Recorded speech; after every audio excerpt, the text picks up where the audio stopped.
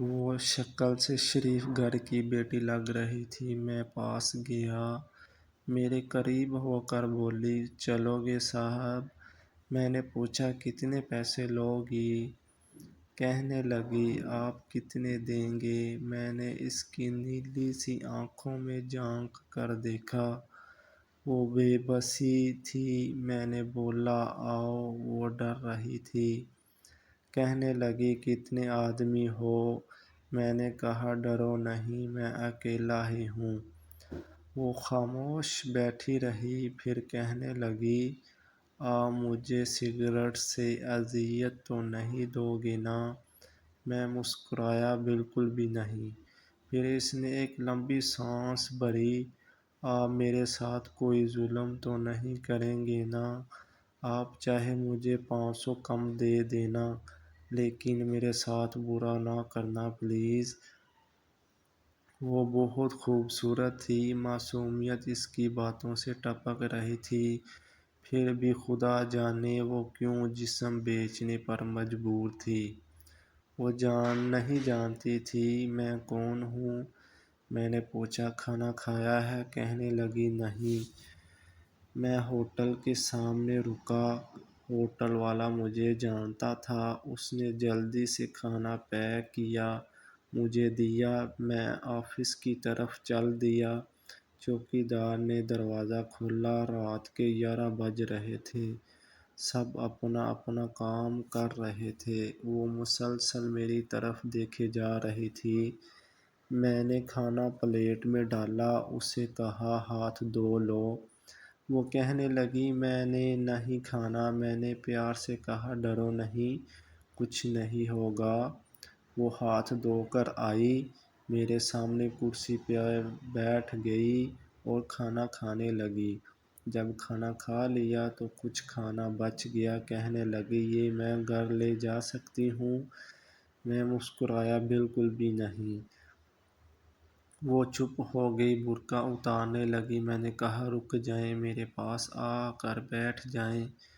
وہ حیران تھی، میری آنکھوں میں دیکھ کر بولی، جلدی سے اپنا کام کریں، مجھے واپس چھوڑ آئیں۔ میں نے کہا، نہیں پوچھوں گا، کیوں کرتی ہو ایسا؟ کیوں بیچتی ہو جسم؟ بس اتنا کہوں گا، چھوڑ سکتی ہو کیا؟ یہ سب وہ میرے چہرے کی طرف دیکھنے لگی۔ آپ پاگل لگ رہے ہیں مجھے۔ میں نے اس کی آنکھوں میں دیکھا۔ ہاں، پاگل ہی ہوں میں، سب پاگل ہی سمجھتے ہیں مجھے۔ وہ کہنے لگی، اگر کچھ کرنا نہیں ہے تو مجھے واپس چھوڑ کر آؤ۔ میں نے اس کے سر پر ہاتھ رکھا، پھر پرس سے 10,000 نکالے، اس کے ہاتھ پہ رکھے۔ وہ حیران تھی، کہنے لگی، میں نے نہیں لینے۔ آپ کیوں دے رہے ہیں یہ پیسے مجھے؟ میں نے اس کے چہرے پہ ایک تھکن محسوس کی تھی۔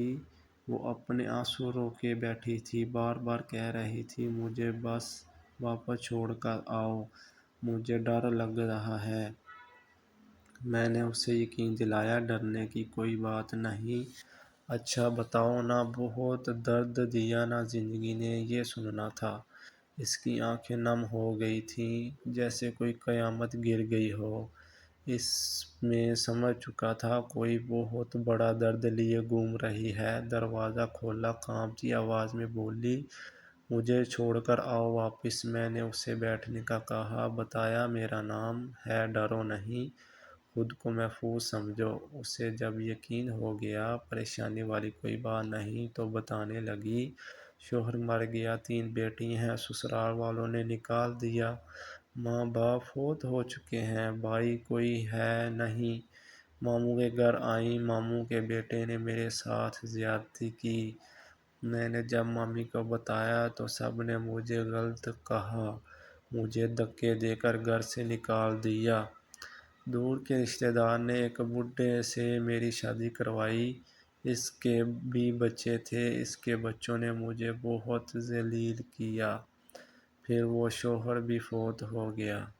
بیٹیوں کو لیے در بدر لیے بھٹکنے لگی، نہ چھت تھی، نہ روٹی تھی، بھوک افلاس تھی۔ سڑک پہ کھڑی تھی، ایک صاحب آئے، کہنے لگے 1 گھنٹے کے 5,000 دوں گا۔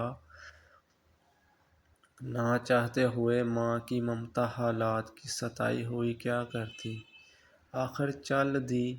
اب ہر روز جسم بیچتی ہوں، کرائے کا گھر لیا ہے، بیٹیوں کو اکیلا چھوڑ کر آتی ہوں، کیا کروں؟ بہت بار سوچا خودکشی کر لوں، لیکن بیٹیوں کو دیکھ کر ہمت نہیں ہوتی۔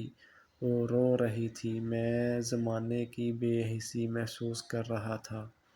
اس کے سر پہ ہاتھ رکھا، اس کو کہا تمہارا بھائی ہے، آج سے تم اپنی بیٹیوں کو لے آؤ اور آفس کے اوپر والے ایک روم میں رہو۔ وہ یقین نہیں کر پا رہی تھی۔ اس کے گھر پہنچا، بیٹیاں سوئی ہوئی تھیں، بہت پیاری تھیں، گود میں اٹھایا، دل کو سکون ملا۔ وہ مسلسل روئے جا رہی تھی، مجھے کہنے لگی آپ فرشتے ہیں، آپ کون ہیں؟ میں اسے اپنے آفس لے آیا، وہ دعائیں دینے لگی، جھولی اٹھا کر نہ جانے کتنی دعائیں دیتی رہی۔ میں نے اسے کہا جا کر سو جائیں۔ اپنے آفس روم میں گیا، میرے سامنے سے وہ چہرہ گزرا جو ایک لڑکی اپنے شوہر سے جھگڑا رہی تھی، اسے کہہ رہی تھی مجھے طلاق دو، تم کو میری قدر ہی نہیں ہے۔ وہ اپنا گھر جلا رہی تھی، اپنی بے وقوفی کی وجہ سے۔ وہ بیچاری کیا جانے زمانے کی تلخیاں کیا ہوتی ہیں، زمانے کا ڈسنا کیا ہوتا ہے۔ میں بتانا چاہتا تھا اپنا گھر جان بوجھ کر اجاڑنے والی لڑکیوں کو طلاقیں لینا آسان ہے، اس کے بعد جینا موت ہے۔ کبھی ساس کا رونا، کبھی نند کا سیاپا، کبھی جٹھانی سے لڑائی، یہ ہر گھر کی بات ہے۔ اس کا ہرگز مطلب طلاق لینا یا گھر اجارنا نہیں ہے۔ کم عمری میں ہی میرے سر کے بال سفید ہو گئے ہیں۔ ہزاروں آنکھوں کے آنسو دیکھ کر اپنے گھروں کو آباد رکھو۔ خدا کی قسم، ایک وقت آتا ہے نہ بھائی حال پوچھتے ہیں، نہ سگی بہنیں، سب وقت کے ساتھ چہرے کے نقاب بدل لیتے ہیں۔ ہر جگہ ہر کسی کو تھامنے کے لیے کھڑا نہیں ملے گا۔ ہاں، میری فلم قلم شاید کسی کو بربادی سے پہلے بچا لے۔ ہم سفر کیسا بھی ہے، وہ تمہاری ڈھال ہے۔ شادی کے بعد سگے بھائی سے خرچہ لینا بھی بھیک مانگنے جیسا لگتا ہے۔ میری باتیں وہ عورت سمجھ سکتی ہیں جس پہ ایسا کچھ گزرا۔ یہ ہم سفر جیسا بھی ہے، وہ تمہارا لباس ہے۔ یاد رکھنا، زمانے کے لیے تم صرف گوشت کا ایک ٹکڑا ہو۔ وہ زمانے گزرے، مدت ہوئی جب رشتوں کا پاس رکھا جاتا تھا۔ اب رشتوں سے کھیلا جا سکتا ہے، ہوس پوری کی جا سکتی ہے، پھر پھینک دیا جاتا ہے۔ ہاں، قسمت میں لکھا ہم بدل نہیں سکتے، لیکن قسمت خود لکھ بھی سکتے ہیں، صبر، برداشت اور جھک کر۔ نہ جانے کتنی عورتیں صرف اس لیے گھر اجاڑ لیتی ہیں کہ اس کا شوہر اس کو ٹائم نہیں دیتا۔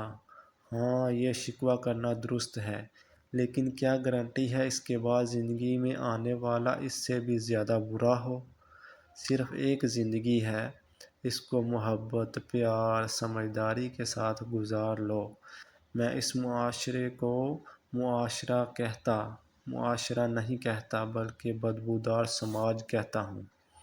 یہاں جگہ جگہ پہ لٹیرے کھڑے ہیں، عزتوں کے، خواہشوں کے، بھرم کے، بھروسے کے، اعتبار کے۔ بس آخر پہ ایک بات کہوں گا، اگر تم کو پیٹ بھرنے کے لیے 4 دیواری سے باہر نہیں جانا پڑ رہا، اگر تم کو جسم نہیں بیچنا پڑ رہا، اگر تمہارے سر پہ چادر ہے، اگر لوگ تمہارا سودا نہیں کرتے، اگر لوگ تم کو وحشیانہ نہیں کہتے، اگر تمہارا دامن پاکیزہ ہے، اگر تم رات کو محفوظ پناہ گاہ میں سوتی ہو، تو نہ کرنا برباد اپنا آشیانہ، ورنہ رون دی جاؤ گی، نوچ لی جاؤ گی۔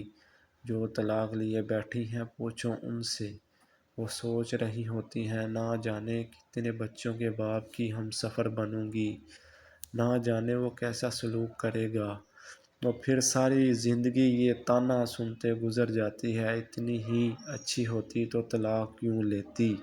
خیر، وہ لڑکی الحمدللہ محفوظ ہے، لیکن وہ روتی ہے زمانے کی بے حسی پہ۔ اور جانتے ہو، کسی عورت کی بربادی میں کہیں نہ کہیں مرد ہوتا ہے۔ محبت کر کے چھوڑنے والا دعوے دار ہو یا نکاح کر کے طلاق لینے والا بدبخت عورت خدا کی قسم میرے معاشرے کی زنجیروں میں جکڑی ہوئی ایک قیدی ہے۔ کبھی باپ کی پگڑی پہ لٹ گئی تو کبھی ساس کے زہر آلود لہجے پہ، کبھی شوہر کی انا پہ خاک ہو گئی تو کبھی اولاد کی وجہ سے۔ مرد اگر سمجھ جائیں میری اس تحریر کو تو شاید میرا معاشرہ بدل جائے۔ ہاں، کچھ عورتیں ہوتی ہیں بازاروں، جن کو جتنی بھی عزت دے دو وہ عزت کی چادر سے زیادہ بازار کی رونق بننا پسند کرتی ہیں۔ پھر ایسی بدبخت عورتیں ایک بدبودار معاشرے کو جنم دیتی ہیں۔